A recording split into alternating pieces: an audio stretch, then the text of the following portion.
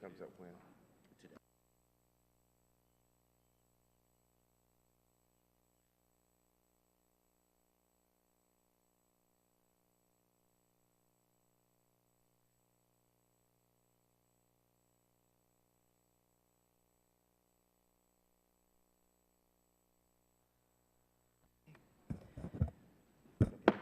The subcommittee will come to order.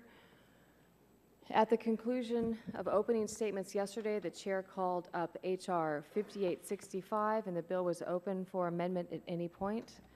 The chair recognizes Mr. Kinzinger to offer an amendment. Thank you, Madam Chair. I'd like to offer an amendment in the nature of a substitute, and I have an amendment at the desk. Clerk will report the amendment.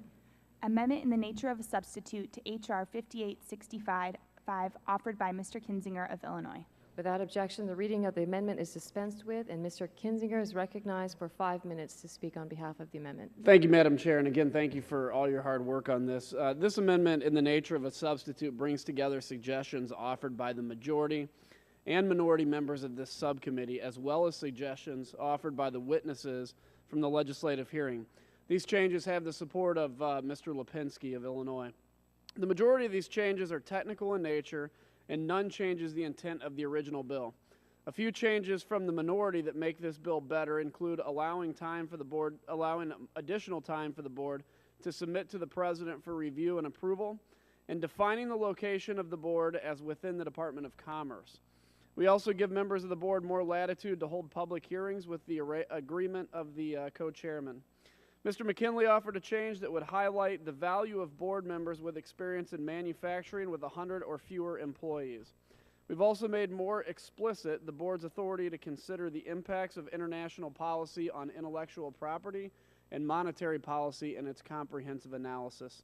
I support these changes, and I ask the subcommittee to adopt the substitute amendment, and I yield back. Gentleman yields back. And is there further discussion on the amendment? Could I be recognized to speak in favor of the amendment? The gentleman is recognized for 5 minutes. Thank you, Madam Chairman. I want to first make the observation that I know we moved very quickly on this bill with less than a week between our hearing last Friday and today's markup. But fortunately, both sides were able to work together to address some of my concerns, and those of us on this side about making sure that this manufacturing board that's referenced in the bill has the flexibility and the time to successfully help the President develop a manufacturing strategy for the country. And so I would like to thank you and your staff for listening to our concerns and for including several of our suggestions in the amendment offered by Mr. Kinzinger today. This amendment gives the President and the board more time to develop a manufacturing strategy. The amendment gives the board more flexibility with regard to the potential factors affecting the manufacturing environment that should be examined in the report in the event that there are some factors that the board doesn't have expertise or ability to address. It also makes the board's mandate a bit more balanced in that it will not only look at programs and regulations to cut, but also programs that have helped improve manufacturing competitiveness and regulations that, if finalized, could help create more certainty for the manufacturing sector. Finally, this amendment makes clear that to the extent that other federal government entities are addressing manufacturing issues within the board's mandate, the board should not duplicate that work. I think these are some very important improvements that will, one, make sure the board can meet its mission, and two, take into account that there is much more activity by both Congress and the Obama administration aimed at bolstering American manufacturing than there was when we approved this bill in the last Congress. These changes will ensure the board and the President can complete the task assigned to them in a timely and effective fashion without repeating work that is already underway. I plan to vote in favor of this amendment, ask my colleagues to do the same. I yield back. I thank the gentleman. Is there further discussion on the amendment? All right. If there's no further discussion on the amendment, are there any amendments to the amendment? If not, the vote occurs on the amendment. All those in favor? May I just offer an amendment, and I'm going to offer it, and as I indicated to you earlier, that's on the second. Yeah. Please strike my comments. Thank you. If there is no further discussion, the vote occurs on the amendment. All those in favor shall signify by saying aye. Aye. All those opposed, no. The ayes have it, and the amendment is agreed to. The question now occurs on favorably reporting H.R. 5865 to the full committee as amendment. All those in favor say aye. Aye. Those opposed, no. The ayes appear to have it. The ayes have it, and the bill is favorably reported.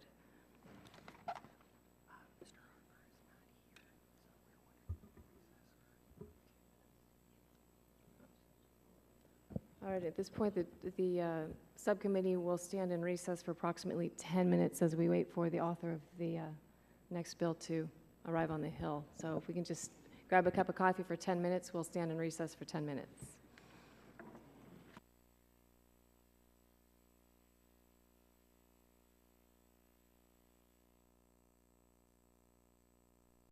The subcommittee will return to order. The chair calls up H.R. 5859 and asks the clerk to report. H.R. 5859, to repeal an obsolete provision in Title 49, United States Code, requiring motor vehicle insurance cost reporting. Without objection, the first reading of the bill is dispensed with, so ordered. Is there any discussion on the bill? Are there any amendments to the bill? Chair, may I be recognized for an amendment? The gentleman is recognized for 5 minutes. And I will go ahead and state in advance that I will be withdrawing the amendment. Excuse me, the clerk will report the amendment. Amendment to H.R. 5859 offered by Mr. Butterfield of North Carolina.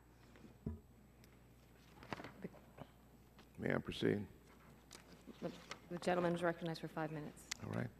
Madam Chairman, I hope that just as with the last bill we just considered, we can find common agreement on amendment language. I'm not opposed to ending the current mandate that requires auto dealers to make insurance cost pamphlets available to consumers. But I do not think we should repeal this mandate without putting in place a better way for consumers to get the information. Therefore, I have drafted an amendment to require NHTSA to thoroughly re-examine the issue of how best to inform prospective buyers about damage susceptibility. NHTSA would evaluate whether insurance costs are the best measure of damage susceptibility or whether there's a better way to make comparisons between vehicles. NHTSA also would determine how best to get that information to consumers. And NHTSA would have 2 years to conduct that review. Whether you think the current requirement is a nuisance for auto dealers or you think that NHTSA has missed the mark in its implementation of the mandate, I think we should accept that consumers continue to have a legitimate interest in minimizing the cost associated with minor collisions. The purpose of the provision that H.R. 5859 repeals is to give consumers a basis for comparing damageability risk at the point of sale. As I said last week, information is power. If consumers had this information, perhaps we would see market forces incentivizing manufacturers to produce cars which are less susceptible to damage.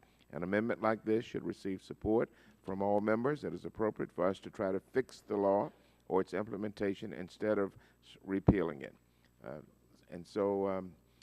That's my statement, and I'm going to ask if there are no other comments about the amendment to withdraw the amendment. Gentleman withdraws his amendment. Is there further discussion on the bill? All right. Then the question now occurs on favorably reporting H.R. 5859 to the full committee. All those in favor say aye. Aye. Those opposed, no. The ayes appear to have it. The ayes have it, and the bill is favorably reported. Without objection, staff is authorized to make technical and conforming changes to the bills approved by the subcommittee today, H.R. 5865 and H.R. 5859. So ordered. The chair thanks all members and staff. Without objection, the subcommittee stands adjourned.